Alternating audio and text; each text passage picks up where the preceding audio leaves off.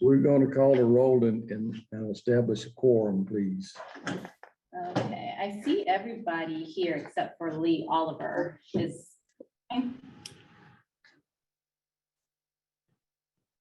not likely, he's usually here.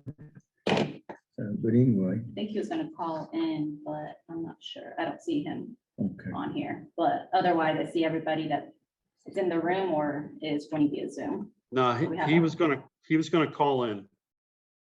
How are you, Pete? Good, Courtney, how you doing? So we do have a quorum, so we can conduct business. One little tidbit on item number 2, which says the reallocation 23,319. That's changed a little bit in the last few minutes. Regina, through a third-party intermediary, and I have negotiated a little bit.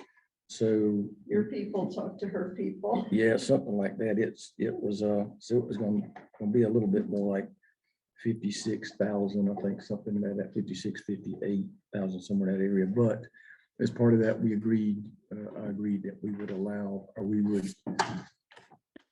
Let me preface all of this and say nothing today is in stone. We had a budget meeting Wednesday, and the unfortunate thing, Dr. Ashley was in surgery. I think Dr. Dunn was too. We didn't have a quorum, so we don't have even an approved budget document from the committee on the 25th, I think, which is a week from yesterday. The full commission will meet here again in Madison to approve the budget. So we're stressing a little bit about trying to get the budget committee to approve it so that we don't have to have all of those discussions in the full committee, because it's going to take up some time to do all of that. But having said that, the verbal agreement with Regina and myself at the moment is that it was 116,000 some odd dollars that was some more reallocated funds that we could use. On the call the other day, we kind of agreed to split it. And when I say split, I figured 50-50 and she figured 80-20. And that was the negotiations this morning. And she said, well, we'll do 50-50 if you allow us to utilize EMS funds to pay for Dr. Bolger. So Dr. Bolger is an EMS physician out of, I think, Washington State. If you keep up with this sort of thing, the NCENSO model EMS guidelines, she wrote the trauma version of that. She's done a lot of EMS research. She's well respected in the state, and her state is similar to, it's somewhat similar to ours in the fact that they've got a huge urban area, but then the rest of the state is pretty much rural. So she has a good handle on it, and we have some projects that we would like for her to help us with. And I think particularly as we kind of focus a little bit more on rural needs and inter-hospital needs, then I think she will be a very good asset for us to be able to draw on her experience. So any questions about all of that? What's her fee? And we got $30,000 in the bucket for her. So, And if we need more for that, because we don't know, we don't have a proposal from her yet, I would encourage you, and we can send this out in the minutes. It's Bolger Research Center, I think they're calling it at UW, and it's almost all pre-hospital fees. So she's a firefighter by background before she went to medical school. So she is very passionate about this area. And So I think, yeah. the other thing, Kim, we may want to consider as part of this deal, get her to come down and do some lectures at one of the conferences. I think it would be good for her to get in front of the EMS world. I think it'd be good for our folks to hear what she's got to say, because when I've heard her talk, she does a great job. And we've had her before and had very good response from it, so. Yeah, that's where I heard her, I guess. So that would be 28,298 of reallocation for you, if my math is correct. Okay. 22, what now? 28,298. 28,298. Because the 116,597 divided by 2 is 58,298. So have we got, all right, can we put the budget document up there? Katie's managing the Okay. stream. Katie, Which Here. budget? Yes, which budget document? The overall budget document? Let's just, can we just put up the full, don't we have a spreadsheet with the full budget document? For the FY commission. 24 or 23? For the subcommittee, what, if there's a proposed for 24, that would be great. I mean, what we've got to do today is flesh out what we're gonna put where. Right, so I have the EMS, or I have the AVLS and the GIMSA budget. But since there's no dollar amount for the E EMS, Well, I mean, we've got a general idea about how much money we have, right? So what we've got to do is take the amount of money that we think that we've got, and we recognize that that's not anywhere near in stone. But then we've got to figure out if we got that amount, then what percentage of it are we going to put towards the GIMSA's got 2 projects and the AVLS is a third. And then Correct. we have put money in other pockets, particularly equipment grant. okay, That makes sense. yes. Yeah, Katie, you may need to copy the EMS stakeholder portion of the main budget and I put got it it. on just so they can. Yes, got it. The other thing that we normally do in meetings, we normally approve the minutes, but this is a call meeting, so I'm not going to approve the minutes. We will at next meeting approve the minutes from the previous meeting and this call meeting.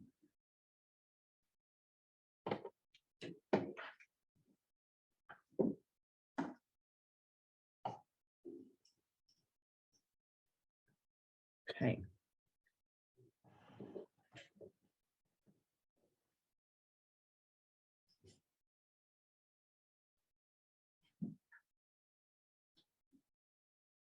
I'm interested in this.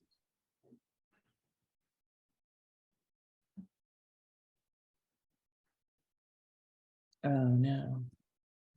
No, we'll just do this. Okay.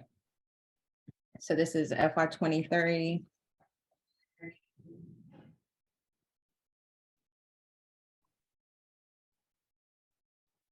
Okay.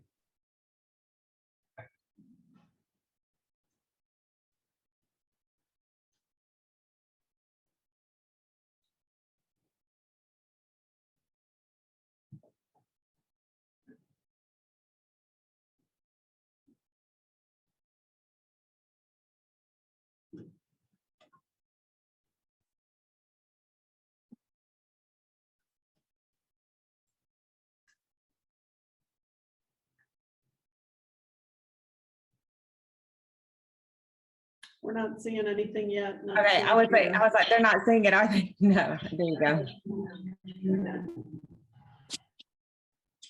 Can you see it now? I see it, but could you zoom in to Oh. Yeah, could you expand the it? Excel sheet area? Yeah. There we go.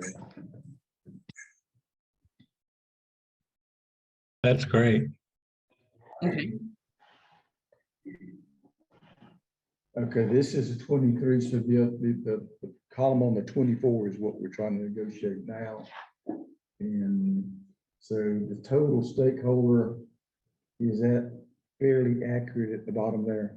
It's pretty close. It is pretty close. Actually, you'll add the 30 back in because now we just wheeled and dealed at the final minute to split the 116. So But we need to also add in the 28,000.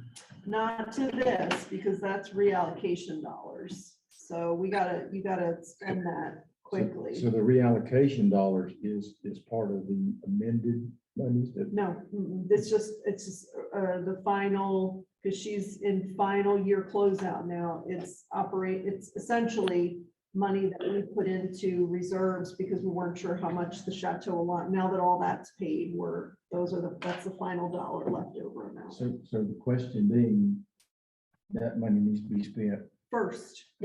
Yes. And, you know, in the old days, it had to be spent by June 30th. Maybe Yeah. not quite so much today, but still that's the idea. Yes. Yes, May that's why it has 26th.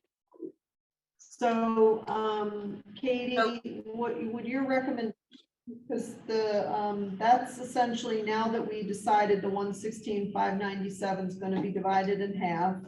Mhm. So 58,298, I just texted you all this. And then the Bolger, instead of coming out of other FY24, will come out of that, although you don't have anywhere to encumber that to, because we don't have them as a vendor yet. Not the easiest thing to do is just put it in ABLS equipment. Or airtime, either or. Okay. So So that'll the buy down Bolger- some of your time. So either way, we might have to leave that in 24. That's okay. What's that? The, Bulger? take it out of the 24 money, Yeah. but just use the 23 to buy down. It won't matter because if you Yeah. buy down the other money, then. It'll reduce it by Yeah. that, yeah. that will. So Katie. Yes. Would you, Katie, what's your preference to buy down some airtime or put it towards the ABLS equipment? And I don't know if Tim's on the call, but do we know that that's what he needs? Did he tell us that's what he needs for equipment? Well, he's told us a number and when I got a ball before, I thought, well, maybe that's just a proposal, so. Because the number's not plugged in there. Yeah, he I has have set this the number. proposal. The number I And that- sent is Those 150,000. proposals and all went out. 150,000 for equipment. Here's his Well, proposal for FY24. Could you zoom in?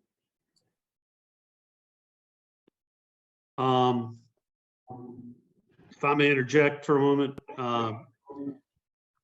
with the ambulance production going back online, there will probably be a need for more units replacement wise, because there'll be newer vehicles getting put on the road. And a lot of the old AVL equipment may not be worth transferring over to a new vehicle moving forward into 24. Just If you've Just seen thought. the proposal, he's got to ask for 150 units.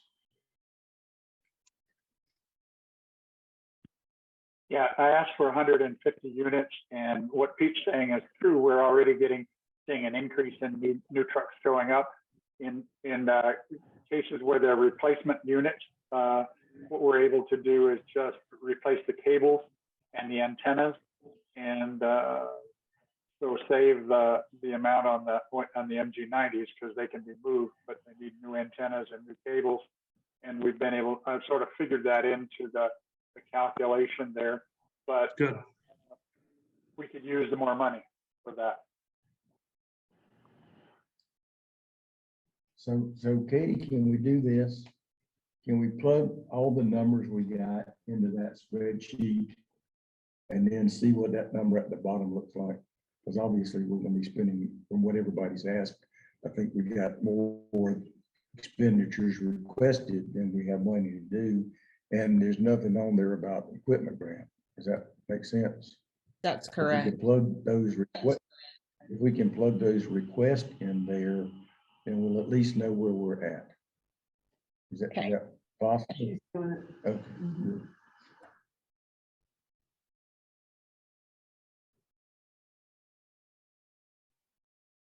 Might have to make it a little smaller just so we can look at everything. Okay. So if let me make sure I understand. We're talking about 23 money that's left over that we might get allocated that would help us to buy new MG90s this year. That would be in addition to the 150 that are in the budget for next year. Is that correct? I don't think so. Say that again. Ask your question again. So I asked for 150 units in FY24, and but we have some money left over for 23, and we used some of that to pay for the AVLS maintenance for 24 in advance. And if there's any more that I can get my hands on, we could buy some additional units before the end of the year or before that this FY 23 funding runs out. The AVLS airtime support budget for next year just needs to be there because we can't really buy that in advance. Okay, I lost some of that last, but this is what I'm trying to do right at the moment, Tim. I've got your request. Okay. I don't know how many, I can't tell you off the top of my head how many units. I think we may have bought some with some of the leftover money in 23 at the other meeting. I'm not dead sure. But Yeah. what I'm trying to do. Yeah, Katie I have has. I have not bought any units with leftover 23 money, only with the original budget. Okay, so we paid airtime up front, or was it maintenance? Maintenance, we paid it. And then what was left over between the last reallocated total? We put into equipment. So we paid the 161,500, and then we put the rest of the, which was 155, 169.50, this number right here, into equipment from the first reallocation amount in the last EMS meeting. So you gotta. I don't understand. I don't understand. We purchased $134,884. That was our budget for equipment for FY 2023, and we're up to about 129,000 of that being spent at the moment. And so, and I've requested 300,000 for next year, but I was understanding that there might be some reallocated 2023 funds that would allow me to buy some additional equipment this year before the end of the year. I'm just trying to make sure we're all on the same sheet of music here. No, we're not. No, okay, so the last vote in the last EMS meeting, we had 316 and some change. 316 was taken, that 161,500 for the maintenance. And then we said we would put whatever the remaining total was into EMS equipment. So that was going to buy down some of the FY 24 equipment that needed to be purchased. And what was that figure, Katie? Do you remember that? 155, 169.50. It's down here on this spreadsheet. It says equipment paid with FY 23. Yes. Okay, I see what you're saying. Yep. So you understand where we're at now? I think I do. Okay. So the whole idea of paying that 155,000 out of last year's money was that it would buy down some of your budget for 24. And reduce, so it could reduce it by about $20,000. No, it could reduce it by about $145,000. Total be 316. Yeah.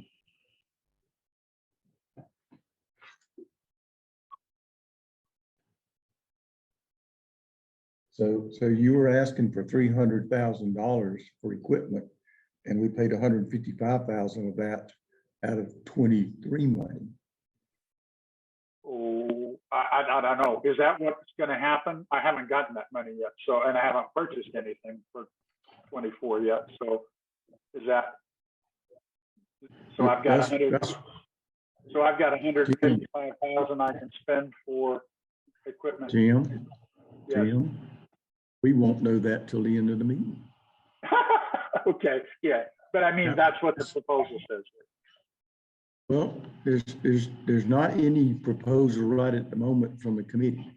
We've got proposals from different entities that we as to what they want to do. We got X dollars to spend, and so we're going to be working through that. Does that make sense? Yep. Okay, thank you. So have I lost anybody? Or are we? No, but I think what he was saying is that the 155 of that 316 was reallocated. We voted to reallocate that funds to him then. Yeah. But that money was available, I think he's questioning, should he had already received that since we voted for that money to go towards it? As far as I'm concerned, as soon as they get around to doing the POs, Yeah, it has to be a PO. Yeah, so what I'm getting at, that's why he was questioning. He said, that's why I do have the $155,000. so that money it was voted on and is done. Yeah, so that's That not part of this. That's what $155,000 I'm trying to clear on. Is already there for Yes. the equipment, the AVLS equipment. That's what I thought. Okay. Yeah, Where you're I'm correct. confused is the total equipment 461.5, because I see 300,000 on that 150 units, new and replacement, and then 1,000 units, 64 new. That's maintenance. Oh, okay, thank you. Okay, I'm clear, sorry. They charge an annual fee per unit for the maintenance of it. Okay, So Tim, while we're here, so I did math. I had my machine do math. and he's So- got a Snickers. Already had a Snicker bar. So if you look at the airtime cost, Verizon has 600 units, Southern Link 475, FirstNet 180. That's 1,255 units. And all of those units, we're paying $40 a month instead of the T-Mobile $30 a month. That comes out to $150,000 a year that we could save if we could get the other vendors to meet that price. So how do we do that? We have to get GTA to deal with the state price, I guess. That the T-Mobile is more than willing to do it, and they did it. And Southern Link has made ours all unlimited, so they're in comparable price. They were higher, but they're now comparable price, but at 40. But it's just arm twisting to get through, I think, GTA to be able to get them to reduce the state price. So that you're telling me the $40 is the state price?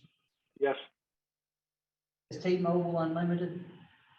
yes, it is.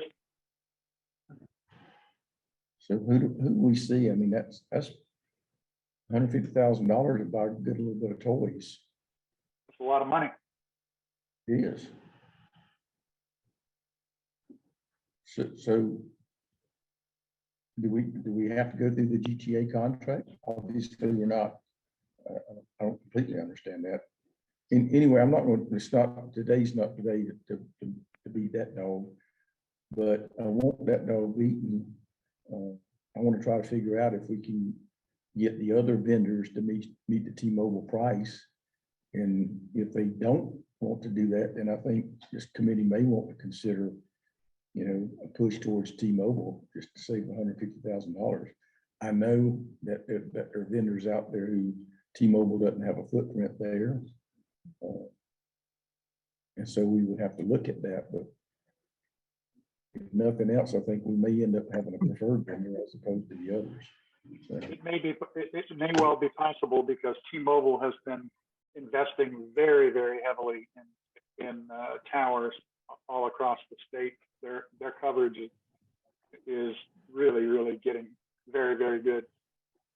and a lot of the EMS agencies don't have the wherewithal to direct the money. The county has a contract, that's where they go, or the corporate office has a contract, and that's where they go. So, but anyway, I would like for us to talk offline about how we deal with that.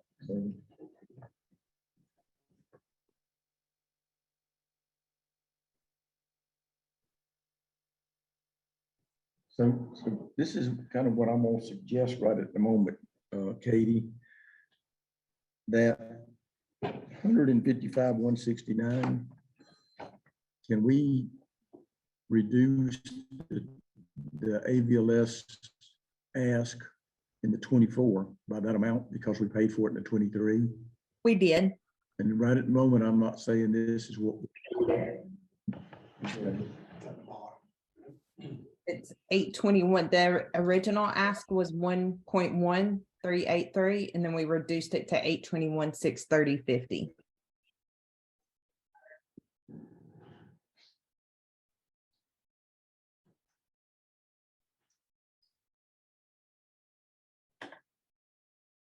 Okay.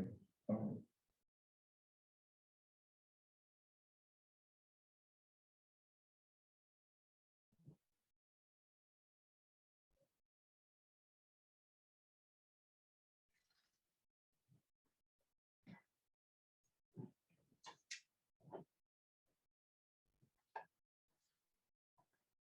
Okay, in the stakeholders budget now, we have the correct amounts.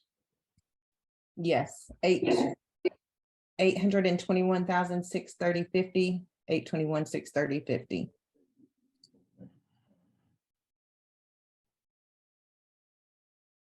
So let's look at, and the maintenance is already prepaid. Correct, from FY 23 funds.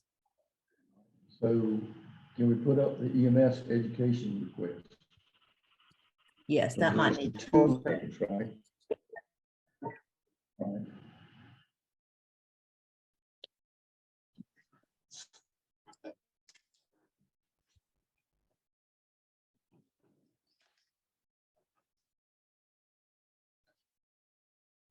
This is the education proposal. You want me to just go to the bottom where they're all broken out in the Just go to amount? the bottom line, put that bottom. Yeah. Because everybody was handed out everything, I think.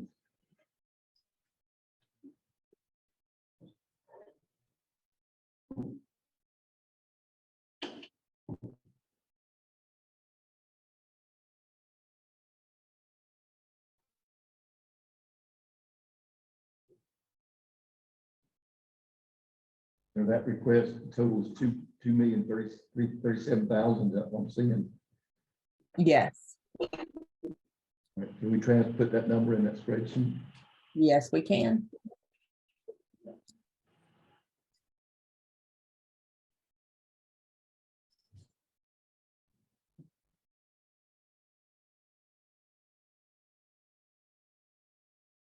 Now, does that include, Kim, does that include 150 for that other project? That includes the 150. What it doesn't include is the options that I had listed out at the last meeting on the virtual, the online courses or the other virtual platform option. I listed that as option A and B. On the proposal last time, that is not included in it. You have online Yeah, it's training on. for It is on people, there. unlimited courses, 12 months, $100,000. I'm sorry, yes, it is. My bad. Can you show also how much it leaves for the equipment grant? And the equipment grant will be what's left over right at the moment. Not. Yeah, but I don't How see a much? total in there. I Yeah. think you gotta probably know what the total is so you can. Well, see, right at the moment, it would look like the equipment grant be 837,000. Does that make sense? No, that's not a correct total. Can you sum those up? That is, yeah, that is Yeah. that's what's remaining. That's funds remaining. Yeah. So that's what the equipment grant. If we approve what we're looking at here, that's what the Yeah. equipment grant will be, yeah. We're gonna have to, we need to do more, I think, on that. Okay, so the only way we do more on that is to take something from the others.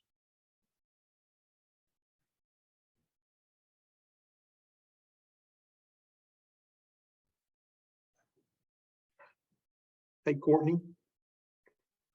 Yes. Hey, this is Lee. I'm sorry. I had a little Yes. bit of trouble. I had a little bit of trouble hearing Huey and then hearing your comments. So my last comment was that if you're looking at a spreadsheet, that bottom, what is it, that bottom right hand number 837, if everything stays the same, that is the equipment grant. Now, we may get some fireworks money or something, but it's not going to be a huge amount of money. So if we keep the AVLS equipment grant where it's at and the education where it's at, then that's where it's going to be. And we do your equipment grant before the fireworks, but we still don't have fireworks money for for this year. We don't have it physically, so So, but that'll be it's, hard to count we don't know what that's gonna be until, yeah, we don't even know when, any idea when we'll know. Well, it comes out what the revenues are in the governor's report, but you know, it went down to March 30th before they voted Yeah. on any of it, so. Well, I would assume that some of the fireworks, because it's an excise tax, that they figure that in the fiscal year. Yes, So Courtney, are we gonna discuss the proposal from Jimson? I Or are you think, just saying accept it as it is? no, I think there's some stuff we've talked about in the past that maybe, you know, Well, that's, everything here is up for discussion. So, well, I mean, I think, you know, I think there's some of the programs that maybe we need to question if we want to fund. Katie, can you put the GIMSA, the summary sheet back up? Yes, I have it up now and I have it in Excel form so we can make any changes on here to and reflect in this amount. Let me make it Can you bigger. make it? Thank you.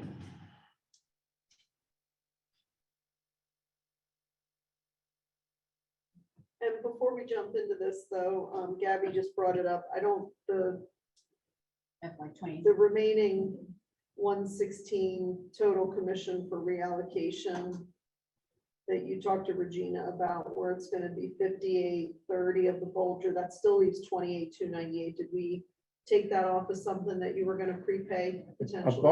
thought we took that off of, I just don't see it reflected on the spreadsheet anywhere, Katie. Did we do that? Did we put that No. somewhere, the 28? No, but I have a question about the Bulger. Like, we're not gonna be able to do that out of the FY23 budget. Correct, because we don't, because she's not a vendor, so, or the research group is not a vendor, so we can't. but So I it would thought be, we would need to reallocate the full 58. So I thought we were gonna leave it up, you were gonna tell us, Leave it there and we'll use the 28 remaining to buy something else down, right? Is that right? Yes. So we would need the 58 to buy something else down in 2030. Yeah, 28. Oh, no, it would have to be the No, full no, 58. 58. Yeah. Yeah, it would be the full 58. Okay, so that leaves you a little bit more.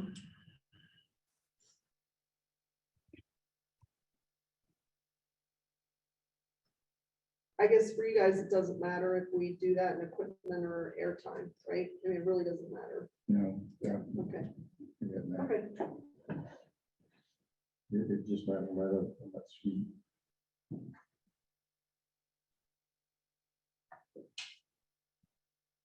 So then we could change, well, which one do you want to, it doesn't really matter, I don't guess, but Tim, would it be easier to do airtime or equipment? That's your call. Well, Either here's I'm not, what do you want to do with it? Because airtime is, we're going to get billed on a monthly basis for whatever airtime we use. And so we have to sort of pay it that way. Equipment, we can actually buy it and inventory it or in advance or do whatever. We can manage that. It's a lot more flexible with equipment than it is airtime. I encumbered them into a PO, so it would not be an issue, but that's what it would look like with equipment's fine with me if that's fine with you all. Okay. And can you get equipment, Tim, with the supply chain stuff? Has that kind of worked itself out? Wait a minute, I'm sorry, I couldn't hear your question. Can you get equipment with supply chain issues? Are you able to get equipment again now? We're getting equipment in 24 hours now. Okay. So the 150 units, what do you base that on? That's just based on experience of what it's been like in terms of both replacement and new units being added and trucks being wrecked and so on and so forth.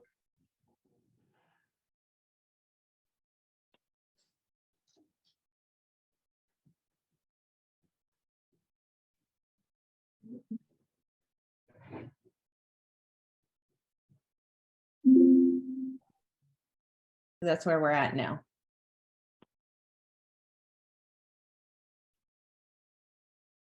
Here, go put that EMS summary sheet back up if you would. The budget or the ABLS? Spreadsheet they had, the GIMSA request. The GIMSA, okay. There you go.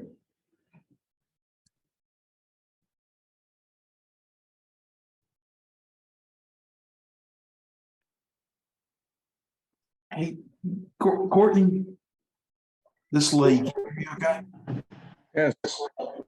Okay, is this the appropriate time, since we're talking about this basically holistically, for me to bring up the possibility of funding the Metro Atlanta conference and putting a line item in for it to be able to take their next year, which would be just wrapping up this time next year.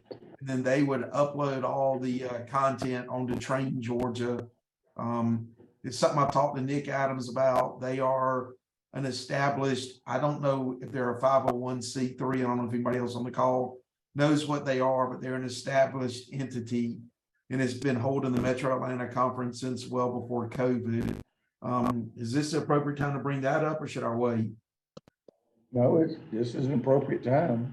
Okay, so unfortunately, I don't have a firm price, but Nick had hoped to have that to me yesterday, but he didn't.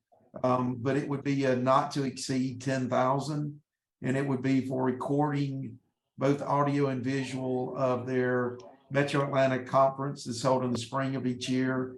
And then they would place all the content on the Train site, that anybody could access it that has access to the Train Georgia website. So I'd like to add that in for consideration.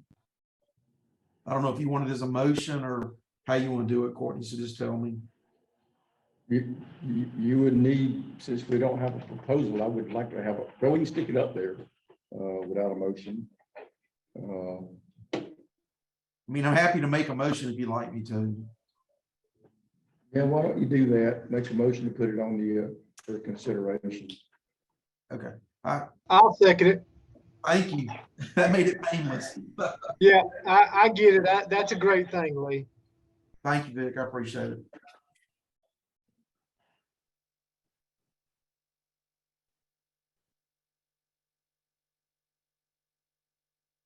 Conference. Conference. Yeah.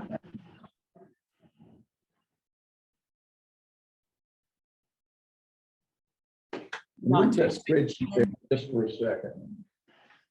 Just leave that right there for a second. Let me pull a Jeff Robodine and do a little ciphering. All of the equipment grant money was spent. The 1.1, all of it was spent.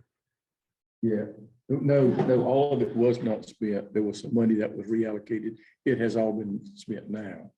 But there were several services that didn't participate, and we So how much money was spent initially in the first? There was 26,000 remaining. It was 1.13872588.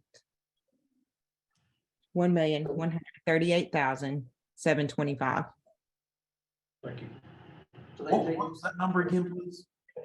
divide it, how many licensed vehicles, and then that's what the dollar amount is. But there's a lot of services that don't apply, so that's what's left over is the ones that don't apply. The amount that we put into the EMS budget was 1.1, or I'll just say $1,165,031 is what was put in there. 1,138,725 was spent.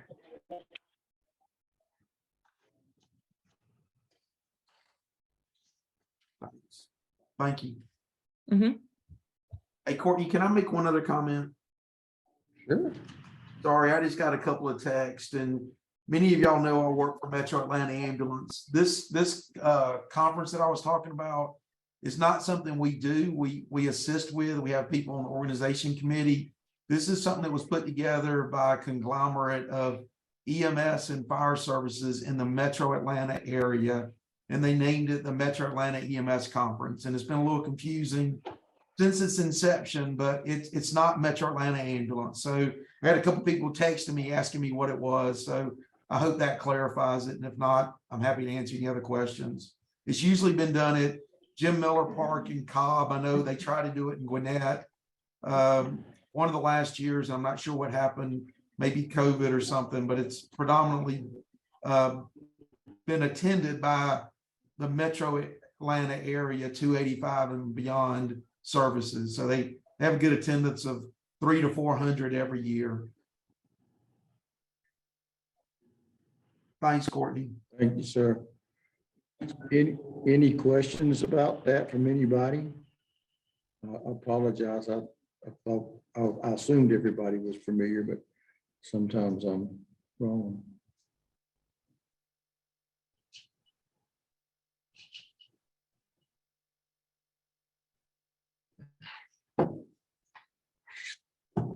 Can we now put back up the EMS And I think spreadsheet? Kim wanted to mention, we only had 2 minutes to talk about this before the meeting, but of the 1.7 million, I think so far we have something like 900, over 900,000, close to 1 million in invoices. So you have some residual from the, do we need to talk about that separately and then this? Because that might, however long they extend the total of the 1.7 original funding that they have might impact this for the rest of the year.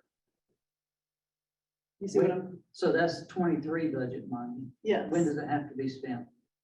Well, that's our question, That's- because now that, as we understand it, now that the trust fund is in place, we do have a little flexibility as far as the end of fiscal year. But what we don't want to do is we don't want to be sitting idle for 2 to 3 months, not being able to conduct any courses. Right. So if we can continue that on through and even possibly take us up to October before we would have to have final invoicing done without any type of penalty, because of the way our contract's set up, if we're not invoiced, if we don't have invoiced within a certain amount of time, there's a penalty proposed in that. So we just don't want to have a lull of no classes going on while we're dealing with the end of fiscal year.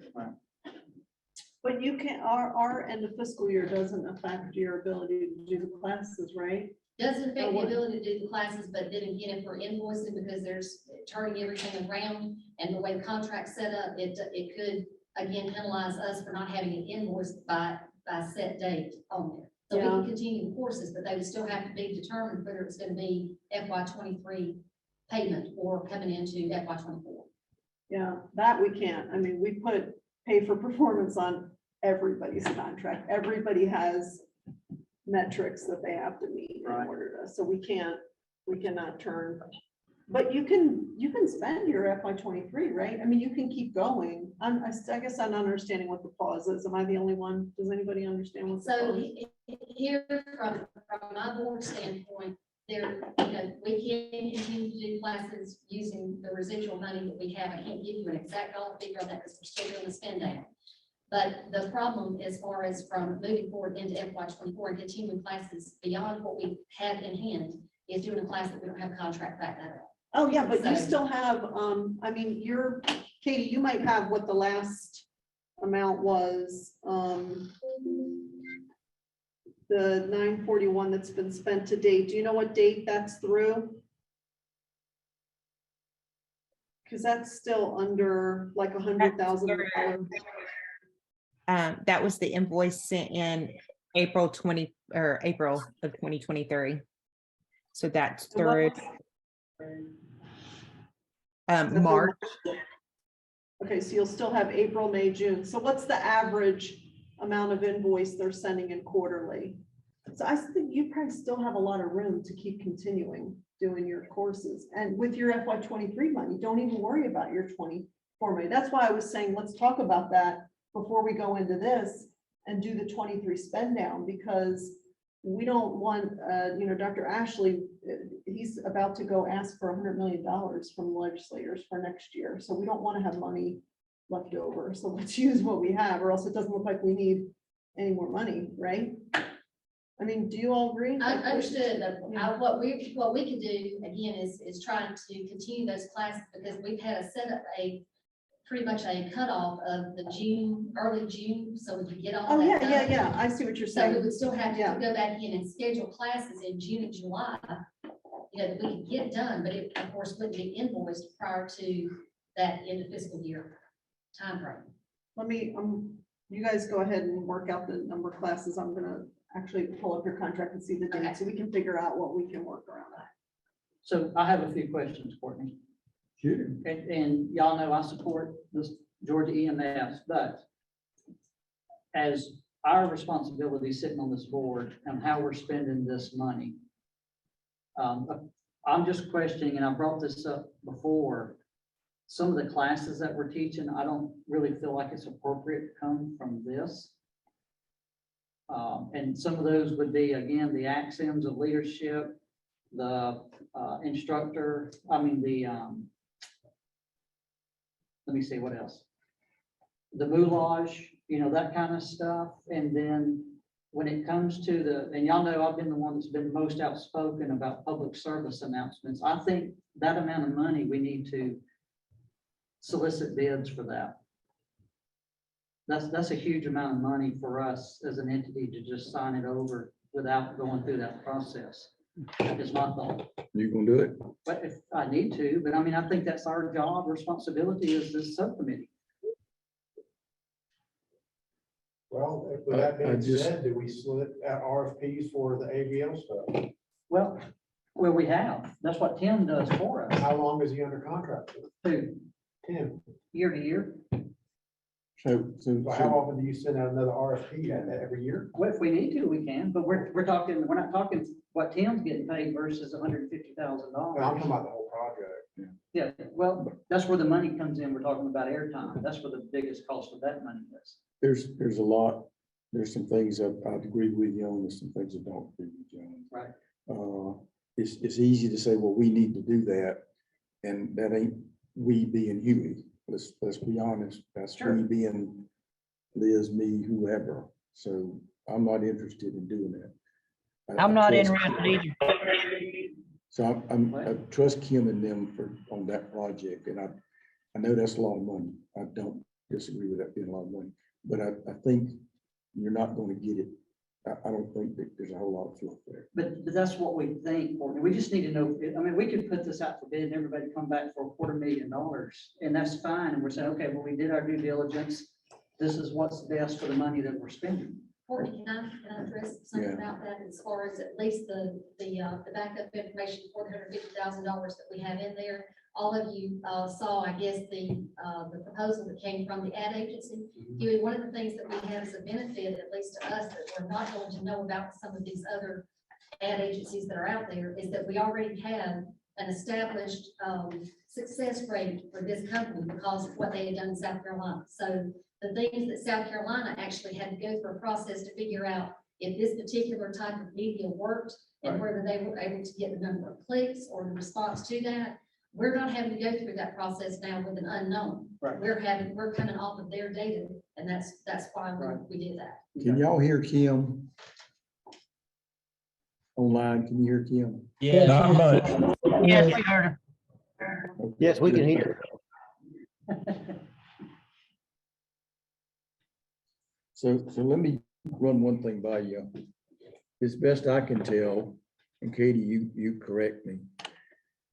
If we want to leave the equipment grant same amount of money that of last year, but obviously with inflation, we won't get the same thing for a buck. But if the concept is that we leave it, and we got to come up with $278,798 to cut off those other programs to make the equipment grant flush with last year. What does that look about? 278, Yeah. 278, 797.06. To what now? It's up behind it, 278, 797, Okay, roughly 279. yeah, I think we $2 off, that's pretty good for me. So, Before we get into this, yeah. so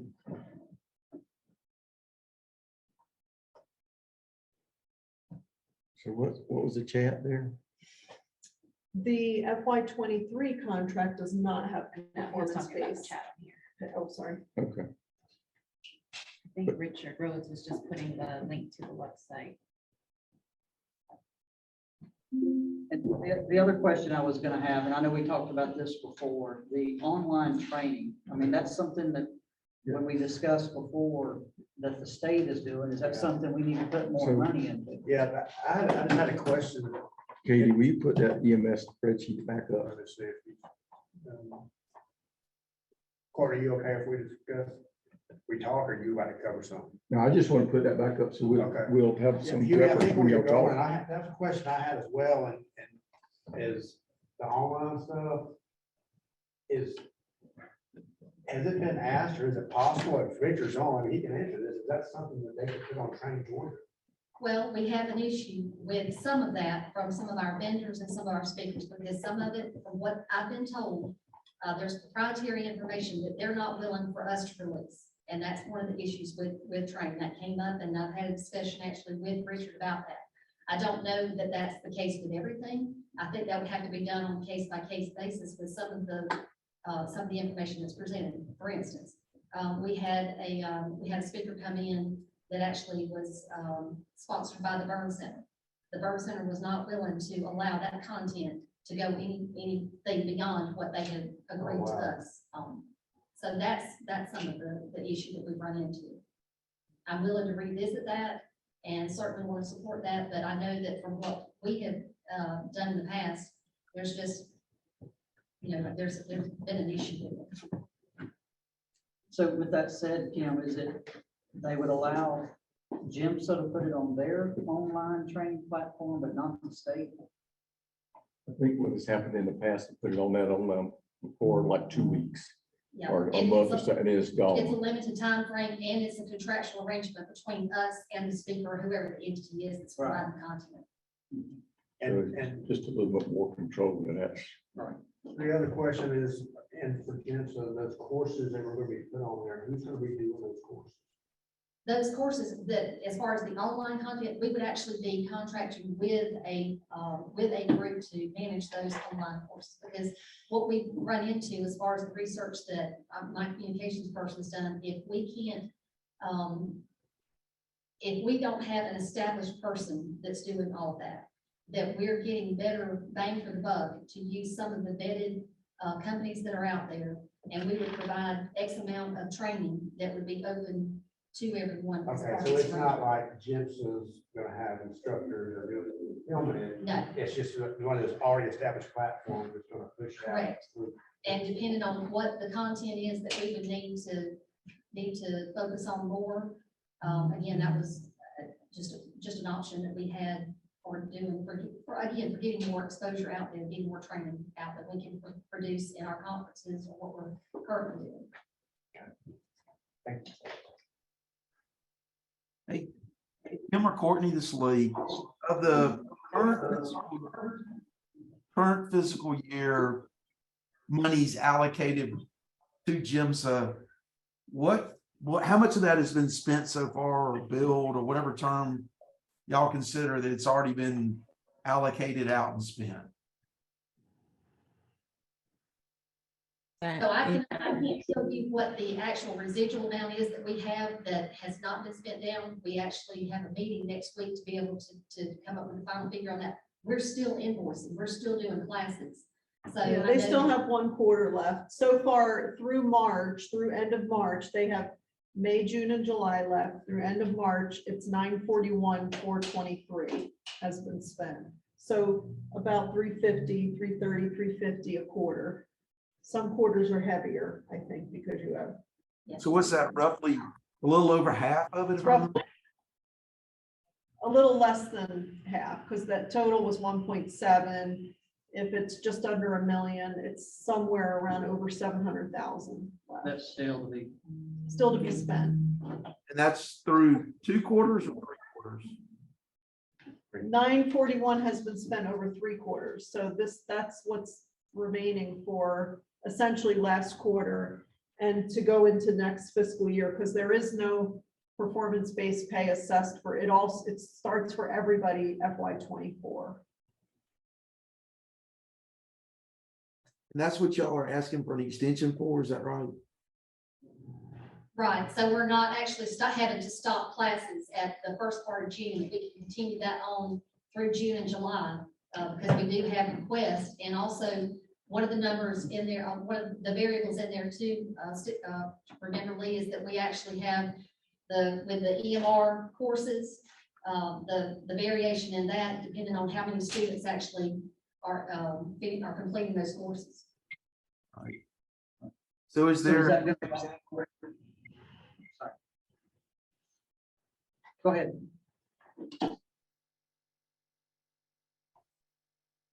Lee?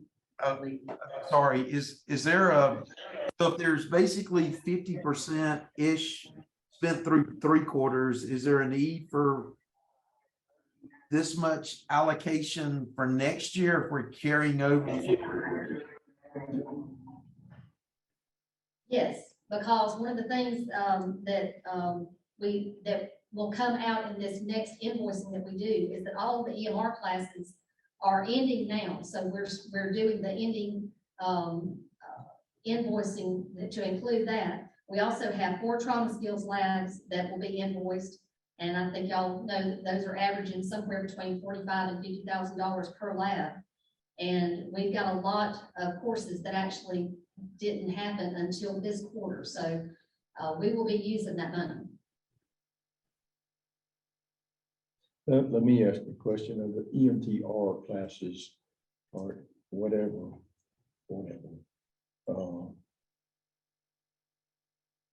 I know a lot of them that have been given classes, or some of them, I don't know, might not be a good term, turned in and said we can't do it.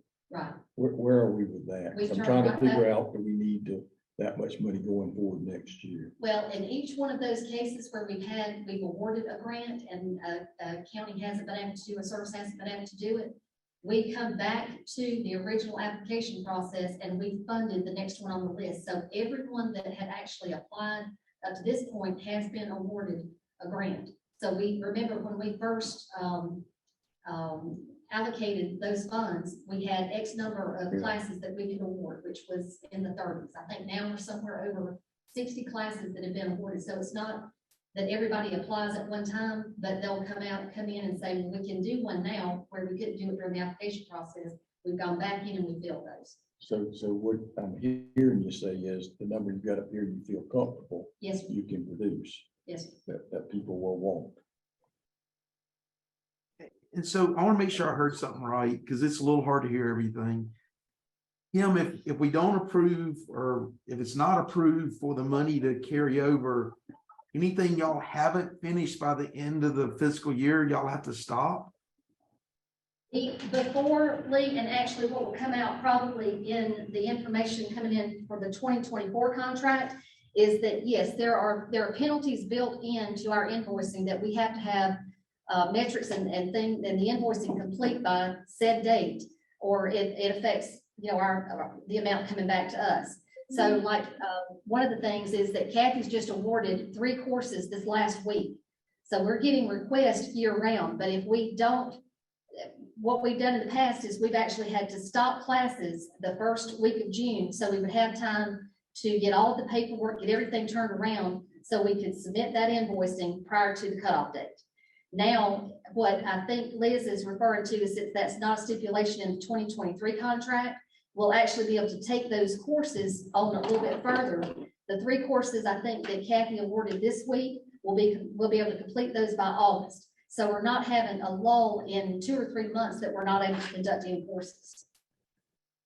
So Liz, a question for you. If they award a class on June 15th, that's not complete until September, does that carry from this year's funds or from next year? Yeah, it can carry from this year's. We basically just put, again, the pay for performance for people invoices. It was when people spend their money, right? We don't want to allocate monies, but then all of a sudden we have this excess and we carry over POs. So we started cleaning all that up. So, but there certainly that money should be spent down first before the 24 money kicks in. That gives some transition time, whatever. We still don't want to, I'd prefer not to carry it through till December 1st. That's a little bit long, but like we can figure out what we can. And it's so, and I appreciate that your willingness to do that, and we're so much better than we've been in the past. We were operating in 3 fiscal years at one point, so. But I do worry about if we're gonna keep increasing the number, but we, on average, now that you guys have been regularly quarterly invoicing, we can actually go back and look, and again, you have some months that are high, like when your conference month, we can kind of see what that quarterly thing is, and it should be reported out here how much is invoiced each quarter, just so we can keep a better track on it, because then you know coming into this what we have left over and also I don't want it to be, because we're trying, and the trauma centers had an issue with this too. Sometimes they didn't invoice for their money, so everybody has a deadline now. So I think theirs is November 1st, Katie, is that right?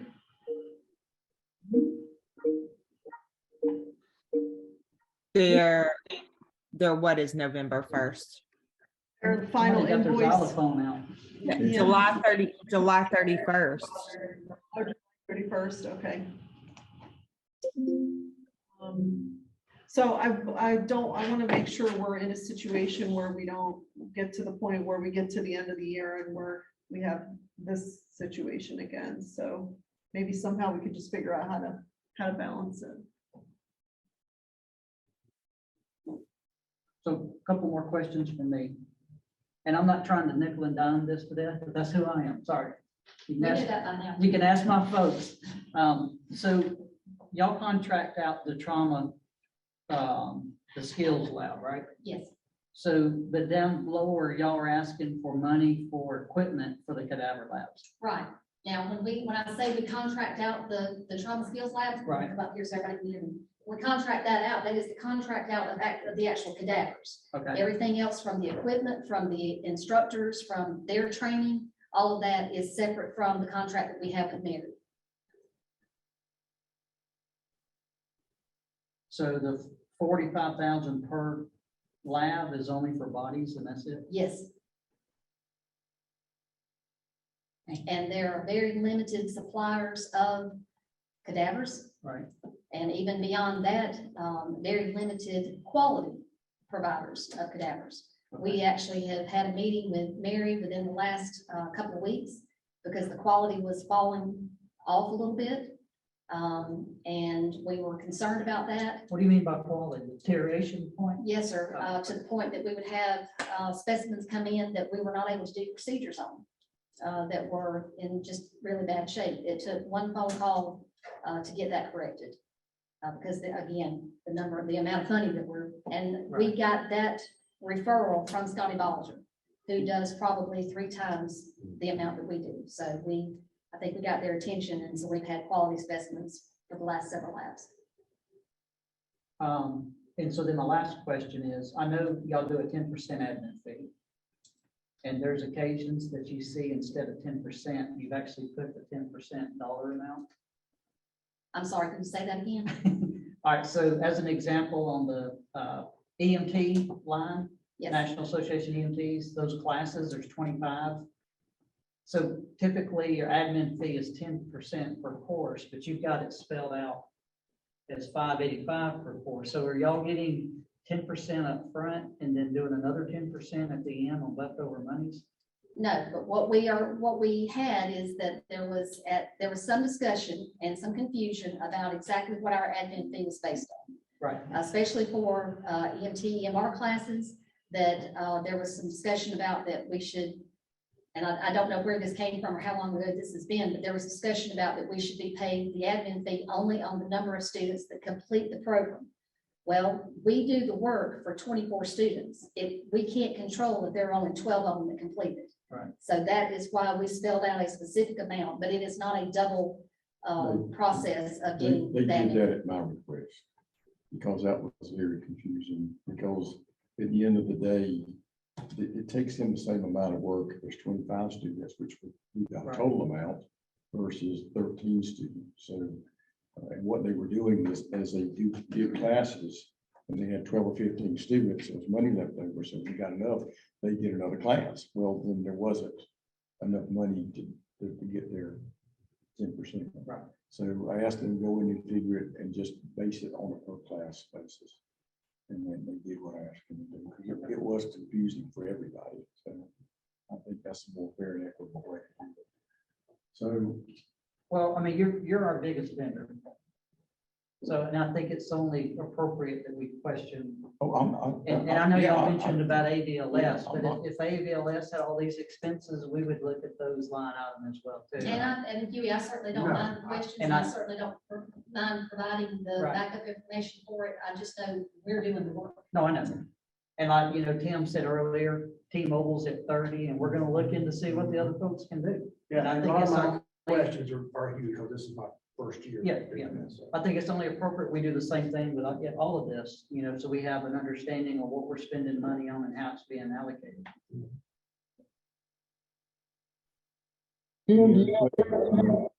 Tim, how many contact hours do you have? The contact hours to this point, I'm not sure, but I know that we ended up the fiscal year last year with 100 and I believe it was close to 120,000 contact hours. Nice.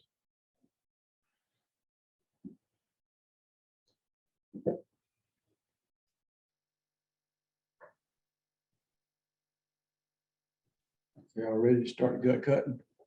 Because I'm gonna make some suggestions. All right. If y'all got knives, y'all can throw at them. I got insurance.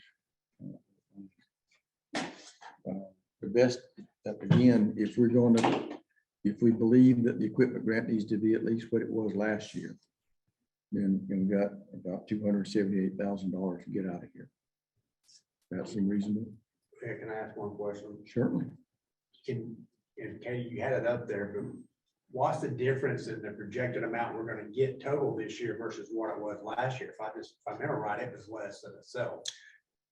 And Scott, that's a great question, because like I preface this whole thing about, these are not completely fictional numbers. They're pretty close, Yes, sir. but we won't know. And I don't think we can go home next Thursday until we get an approved budget.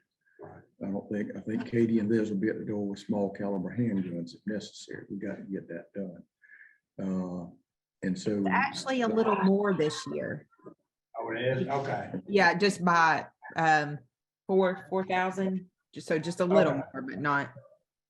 It's close enough that saying we're gonna Yeah. try to get the same And- equipment grant is reasonable then. Yes, Okay, thank you. and every year there's a true up when the actual true numbers finalize. Yeah. We've been very fortunate over the last several years that it's always been more. There will be a time in our future when it's gonna be less. Yeah, I'll go back long enough where they came back and took money. Right. And because they had already allocated the money to some of the centers, the EMS ended up taking the major hit on that. That was in the 207 era when the budget went, the economy went And then crap. we're having to go Correction. and pick what we want, and what we're willing to give up. Yes, correction. It's 40,000 less this year than last year. Sorry about that. 40,000 less. Thank you. I thought I saw it less. you had it Yes. there. Yes, Okay. 40,000. So the true up, when the true up comes, we don't know if it's gonna be more or less. So you kind of in your mind have to be willing to understand, if it's more, great, we can put that extra money wherever we choose to, but if it's less, where are we gonna take the money from?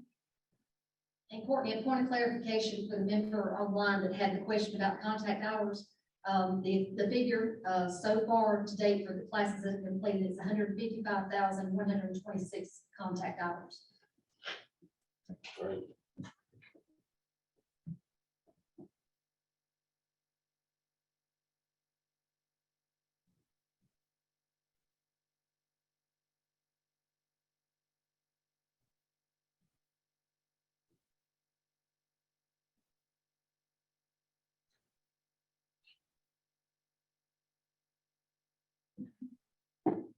So let me make a couple of easy, what I think are easy suggestions right off the get-go.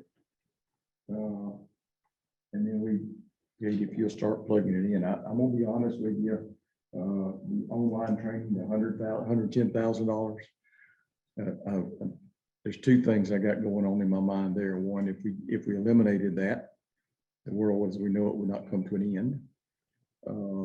But we also have the possibility within that time frame of getting our fireworks money that could put that back in there. Ain't no promises. But if we did that 110,000, that would get us halfway to where we want to be. Quite frankly, I want to drop some of the ABLS equipment, the purchases. And again, what we have been able to do is when we get to the true up last year, the amended budget, just like we were able to do it this year, we could probably refund those additional units if we need to. Okay. So what I'm going to suggest is dropping from 300 units. I think that's what it was. No, 150 units down to 125 units on the AVLS. Anybody want to shoot me besides Tim? Can I make a suggestion? Obviously, why do you and Oliver always ask if you have permission? No, because I didn't know if you were at breaking Oh, point where I could I'm ask. I wasn't gonna, if you say, no, I'm not done yet. Oh, Okay, I'll wait. okay. So with that said, I would suggest the axioms of leadership. That's almost $70,000. Well, what I was going, yeah, and I think as we go down, I was going to suggest dropping maybe one of those and see, and then drop two of the. Katie's doing math for us. You're gonna drop that number, what? Yeah, I'm gonna have to ask Tim, if we drop that to 125 units, what does that put us at for equipment? 250. 250 on that line E4 should be 250. Okay, If you cut that 25 units there, would that also change the maintenance? Good point. I don't know that because some of those will be Some replacement. of them ain't used, yeah, some of them will be used. Yeah, some of them will be replacement, some I will think be it's new. maintenance is on what's out. But on new units, you don't have a replacement cost for, or maintenance cost for the first year. That makes So, sense. I think Tim, can comment on that. Jim, did you have a comment? So we have the changing the units, number of units won't affect the maintenance cost this year. The following year, it may affect it, depends on where we are. What happens is when we buy replacement units, they pick up the maintenance from the unit that's being replaced. When we buy a new unit, we get billed for that right when we, as part of the price when we pay for the new unit, and then it gets I forget the word, but it gets adjusted at the end of the year and goes into the adjust the amount for the following year. So it really doesn't, by changing the number of units doesn't really affect the annual maintenance, because the net number of units we're going to have running out there is the critical thing for the maintenance.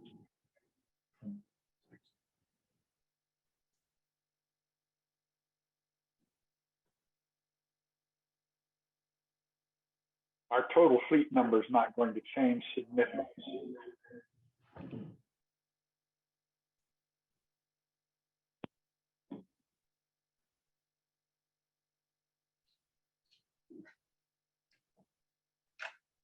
All right, so now let's go back to the EMS spreadsheet, Katie.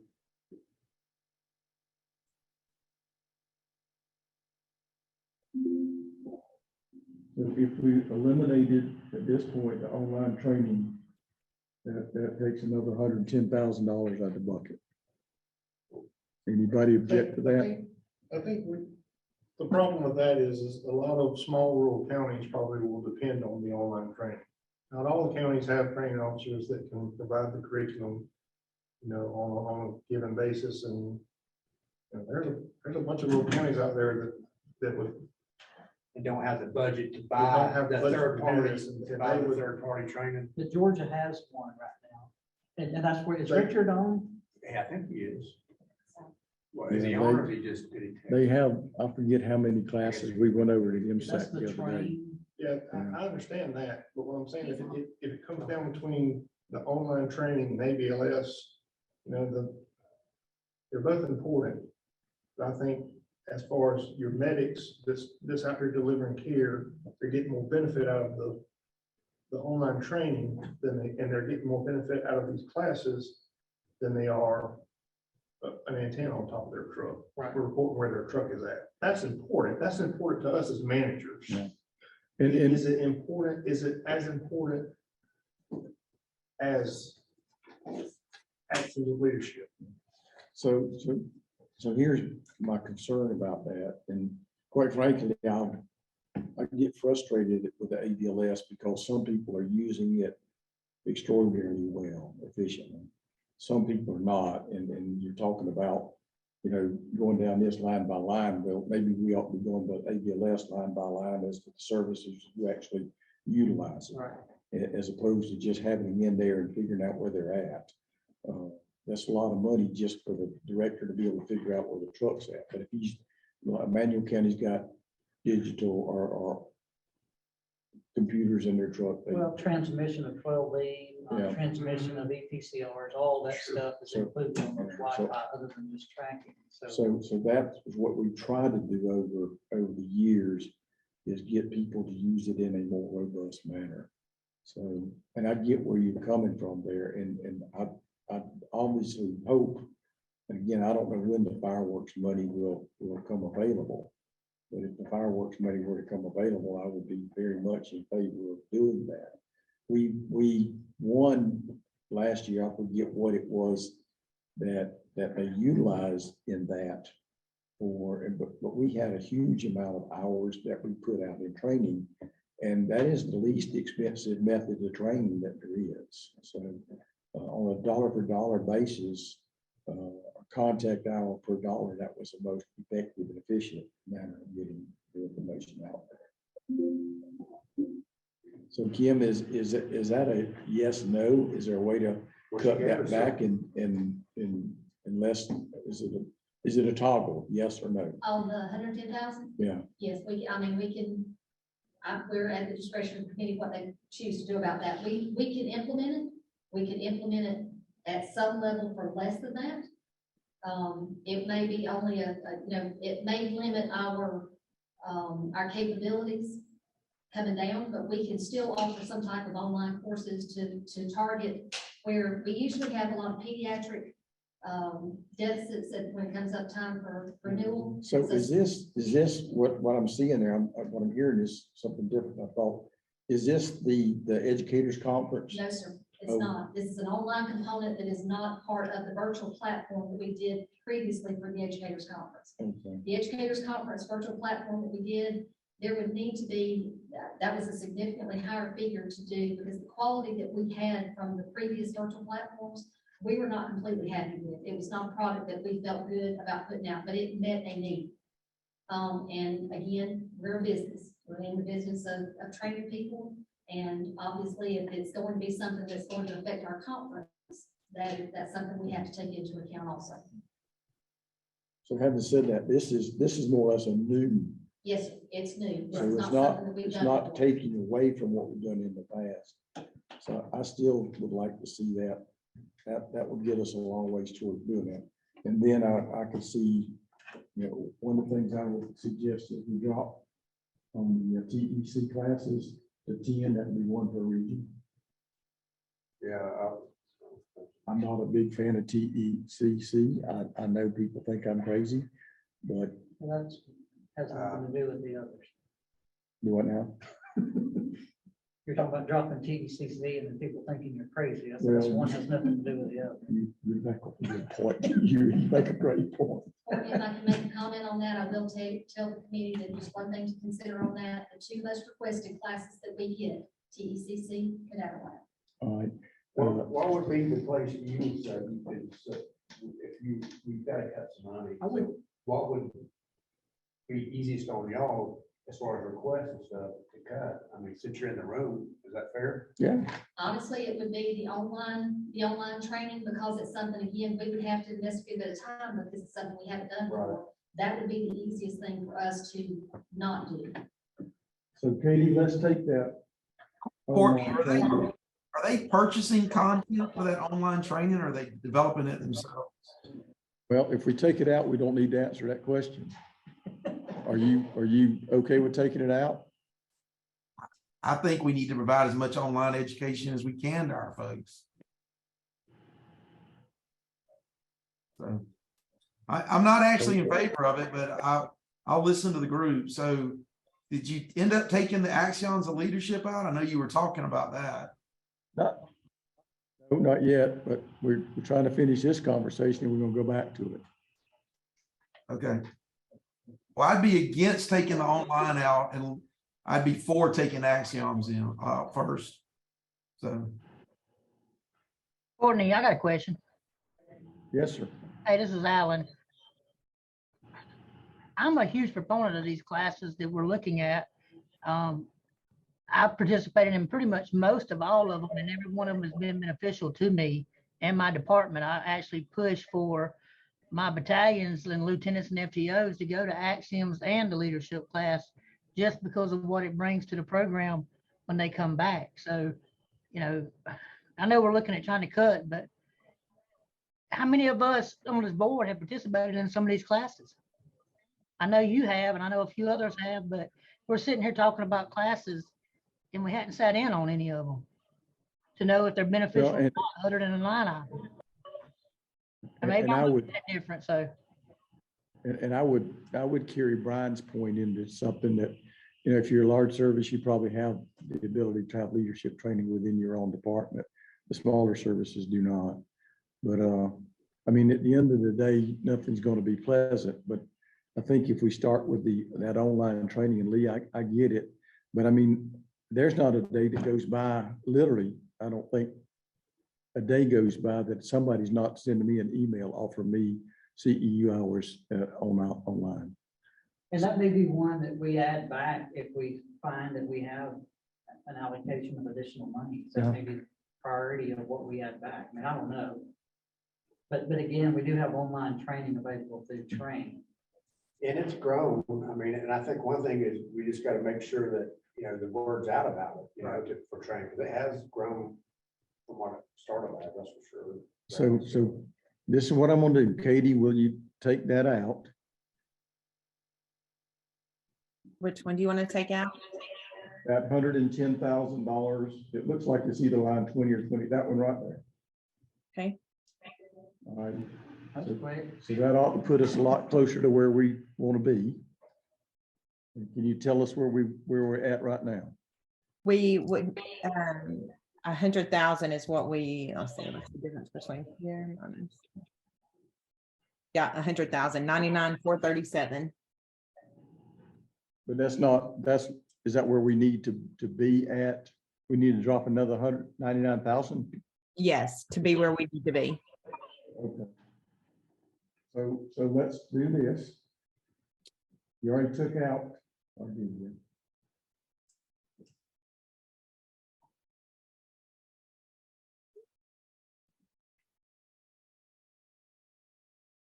I want to take out 2 farm medic classes.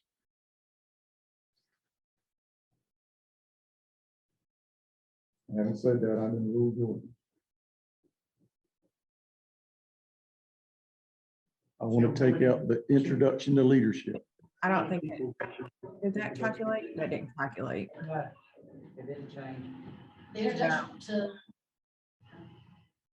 introduction to leadership was a pilot program, the first one that we did. We had 24 students in there. It is an abbreviated version of the leadership program. It is geared toward the newer people coming into the profession. Had good success with it, but we've only completed one course. Versus how many farm ed courses? Multiple. Yeah, and a lot of requests for farm ed courses. And again, I'm just giving you the information as we get it for what people ask for.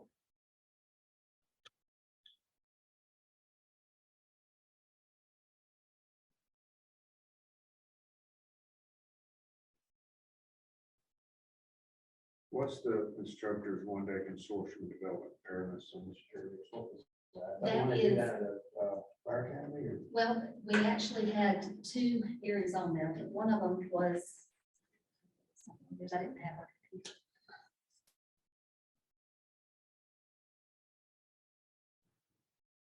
They just did that in Albany, right? No, that was not ours. That was something that the state did. Okay. Okay, this is, we have a number of vetted instructors that we use, which that's where really a lot of the success with our medic, TECC, and some of the NAMT curriculums that we've been doing, instead of just giving a service money for a class, and a lot of times they don't have a course coordinator, they don't have instructors. We have been developing a cadre of instructors and course coordinators to be able to go in and assist them with these classes. But what we haven't done in the past is we haven't really brought those instructors together to make sure that everything's covered on the paperwork, everything that they have to complete and do for their portion of it. And then also, we're dealing with a different type, sometimes a different demographic, a different student that we dealt with in the past. So we try to also incorporate a lot of the stuff that we brought in from the leadership program on ethics, standards, how you address conflict resolution, because we have been getting a few issues in a 16-hour course where you would have some students in there that it was a little bit difficult to deal with them because it's not always the way that we have been conducting classes before. So we want to make sure that the instructors that we send out there, that we actually are getting them, are having them trained and up to speed on everything. Also, it's some additional training for the cadaver lab instructors, because we do get updated information on procedures and things that we can do that we need to convey that to the instructors. And the Georgia State also EMS instructor is one-day consortium. Is that- Yes, that is, again, that's a one-day consortium to be able to get those hours for the instructors that we have out there that need for their research. Is that an in class? It is, Is that like a pre-con at the educator thing? it is. How it is? So We can do it either way. We had talked about, we actually have one scheduled for pre-con for the educators conference, but we had talked about doing one mid-year also, because sometimes those opportunities are not out there and doing it as a standalone event. So who do these instructors? Are they state office instructors? I'm kind of. They're the licensed instructors of the state office. They're the ones that actually have to renew their certificates each year, every 2 years. But they may work. Yeah, Right. It's not stated. Not state employees, no. Like a- No, and they're typically members of the educators division of the association, but some of them, may not be, but it's instructors all over the state.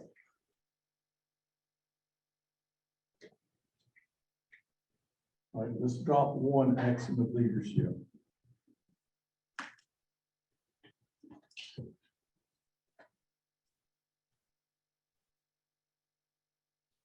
That's the answer on the six.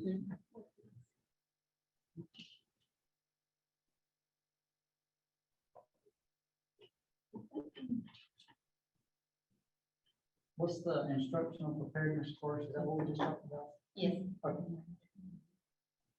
So hold on, just a minute. You've got this instructor training to include workshop development. No, that was different. That's the instructor, if I'm not mistaken, Ken, that he's talking about is the instructional preparedness course. That's the one that's off of that fire academy, isn't it, that y'all put on?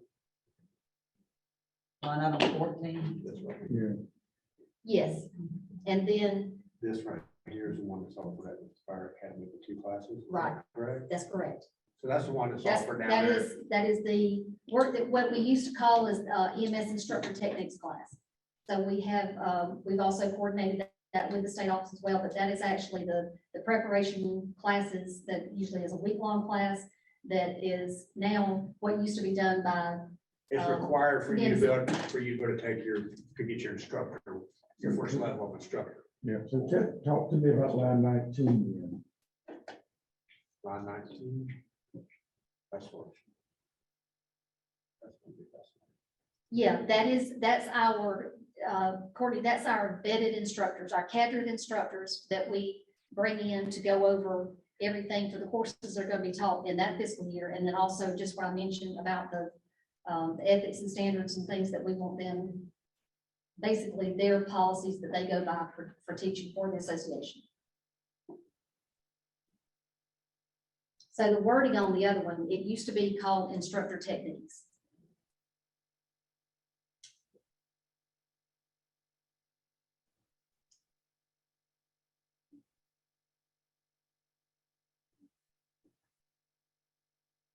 So I'm kind of wanting to do away with one of those three.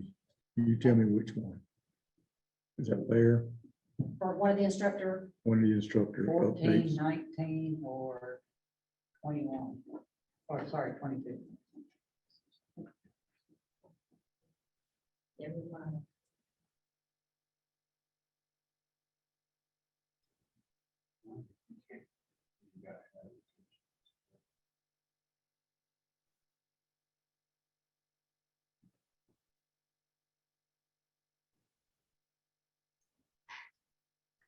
So Courtney, were you talking about doing away with one of the, what we consider the instructor techniques class? Well, you got three different, it looks to me you got three different issues there. You got line, it's either 13 or 14, I guess it's on 14. You got line 19, and you got line 22, that all appear to be instructional development. And I'm thinking it may be different groups of instructors. Yes, sir, they are. Okay, on the first one, on the instructor preparedness course for initial credentials, those are people who are not instructors yet. They have to have that course to be able to get their credentialing by the state. Yeah, I got There were that. two of those classes for, before taught, the curriculum was developed with Daniel Warren. Y'all probably remember he was involved in that. Okay, that's that line item. The next line item on the instructor training to include workshop and development, that's our vetted cadre instructors that we use for all of the courses throughout the fiscal year. That's everything from NA&T, disciplines, to the cadaver labs, to auto extrication. We bring those guys in, farm medic, all those instructors that teach for us. We bring them in for updates and standards and everything associated with what they do. Then this third line item is an open course that actually addresses the need for additional hours for educators across the state to be able to renew their license. Does that make sense? It does. And which one did y'all say was offered at? It's physically housed at Gypstick, but it's not Should be 120, yes. physically housed at Gypstick, but I Gypstick thought doesn't. I said that the course was offered at Gypsy. It is. It is, That's that's just where where we it's physically held it, but it was our course. Oh, I got you. And I think that the two instructional preparedness courses are at Chipstick as well. Yes. My suggestion is gonna be do away with, Richard and them have been going around the state doing updates. Yeah, that's what I was gonna suggest too, because it's, if you, the symposiums for each region, and if you go to one of those, you get the hours for, you get like 6 hours. So would you do away with line 22? I don't think we've done anything with ABIs yet. Yeah, I thought we dropped that number Already. to 125.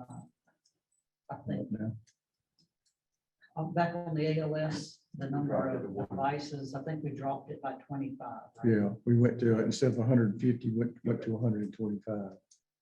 So Courtney, Yeah. did you drop line item? Maybe 150 to 125. You already did the dollar, reduced the dollar amount. You just didn't drop the unit number. On equipment, that should be 125. Yes, sir, Lee? Yes. Y'all dropped line item 22, is that correct? Yes, sir. Okay, thank you. Just trying to keep up. Okay.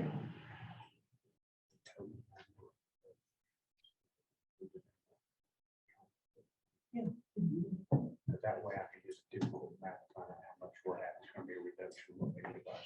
Isn't that on the website? It probably is, but.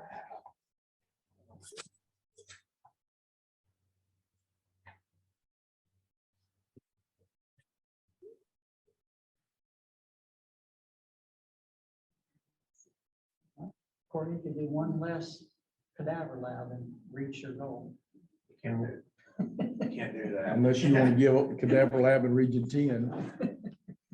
Are you throwing your region out?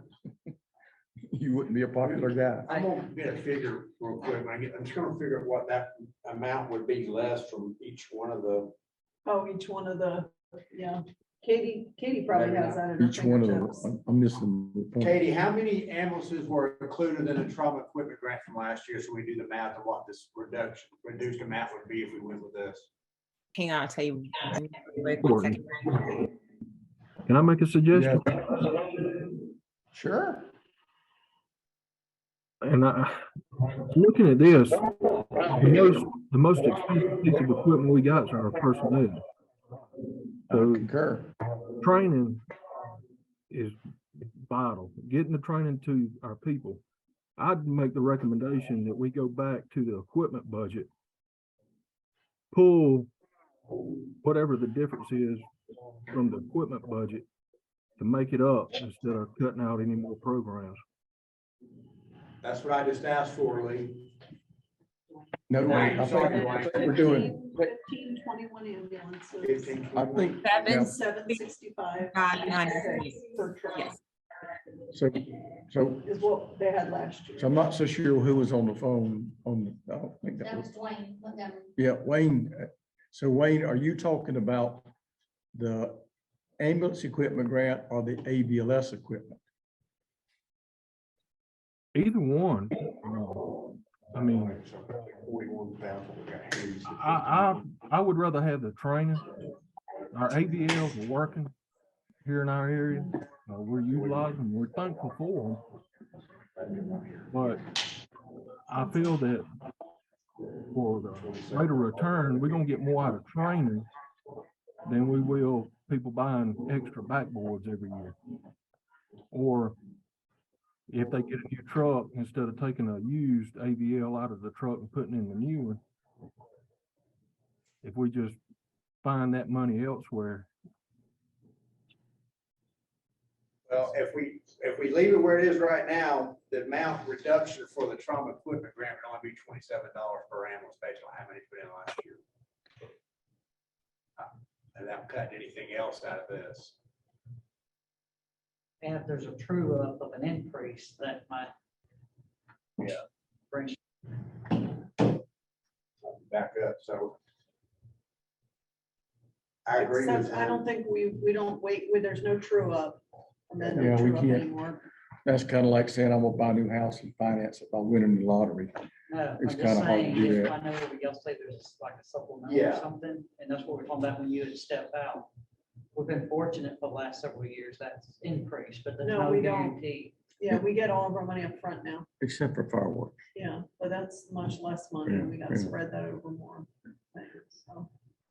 I guess my question is, could we stomach the $27 less per ambulance to not cut anything else? I think, 41,000.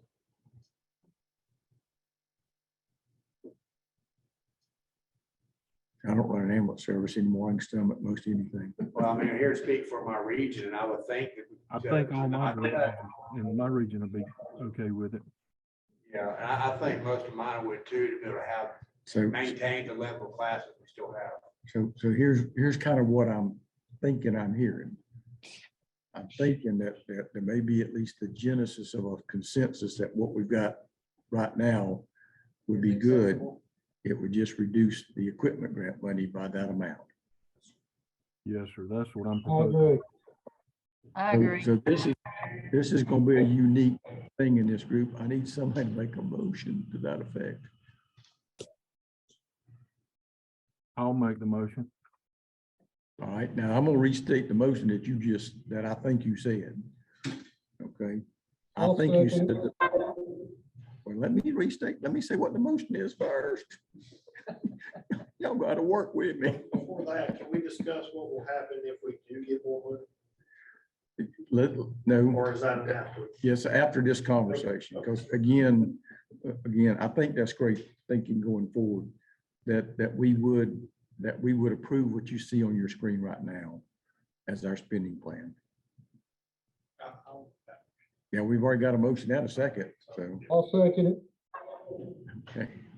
So we got, it's on the table. Any other discussion about it? Hearing no discussion, I'm sorry, Scott. I'm good with it. Okay. All right, all in favor would be aye. Uh, Uh, More important, is anyone opposed to that motion? Please let it be known now. Thank you so much. We have got a spending plan. What was the official motion? Was it just to approve? Except that. Except that spending plan. So, Katie, thank you Katie so will much save for that. your Don't work. lose that spreadsheet. Yeah, don't, Thank you very much yeah, for put save down there really quick. Yes. This is like the trauma center funding formulas. Don't lose that spreadsheet. Yeah. No. So Brian brought up a good point, and again, nobody knows what will happen next January as far as money. The fireworks money will come in, but again, that's a lot less. The way we get funded, Brian, is by the super speeder. Is the vast majority of our money in the fireworks excise tax. And in the past, we got an allocation, and then it was, and they always, the state governments by law got to be balanced. So they wouldn't put all the money in the bucket, and then January they do the amended budget to try to make it right. We get our money because they passed a law that goes into our trust fund. So we don't have much of that amended money anymore. What we do sometimes have, and we have in the past, we did some at the last meeting where we have money that hasn't been spent in other programs, and the commission reallocates that money and we get to spend that. And that's what we did in paying forward with some of the ABLS stuff at the last meeting. So that's a potential funding stream there. So I think what we can do, should do, is look at, I agree with the concept of doing online training, because it is one, very effective and very, very cheap as far as per student contact now. So I would, be encouraged about doing that. But I really appreciate the fact that y'all kind of got a pulse on what your region wants. But we need to go back now and explain to them what we have done today and tell them this is why. And if they beat you up and say, this is not what I thought we ought to do, then for goodness sakes, come back and for the next budget cycle, do it again. But I hope to be able to have these discussions a little bit along. Okay. Because I think I actually am very pleased about how this went. I only ate one Snicker bar. For those of you who are new, when I get frustrated, I have to have a Snicker bar. So My two weren't even related to this meeting. So the caveat to that, I can't eat many Snicker bars with diabetes, so y'all have to take home Snicker bars. So any other business that we should conduct? I will send out one other thing. This is a call meeting, and I didn't think about it. Jim Atkins has been doing some work with the Department of Transportation on signage. He has discovered from his travels that there's issues in hospital signage, and he's interested in our group helping DOT and the hospitals kind of do a survey around hospitals about the signage and getting to hospitals.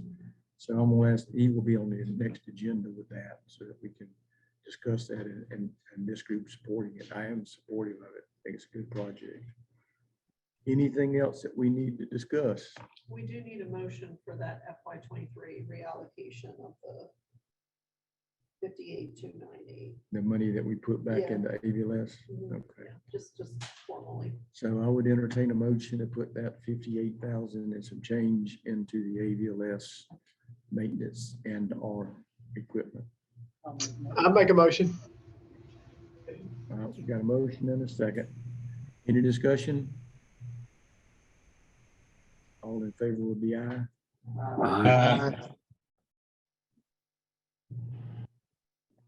Any opposition, same sign. Katie, if you keep me on the screen, I'm gonna probably get nauseated looking at myself. Sorry, I stopped sharing. I was saving all the reports. I'm just teasing, I'm sorry. All right, Liz, is there anything else?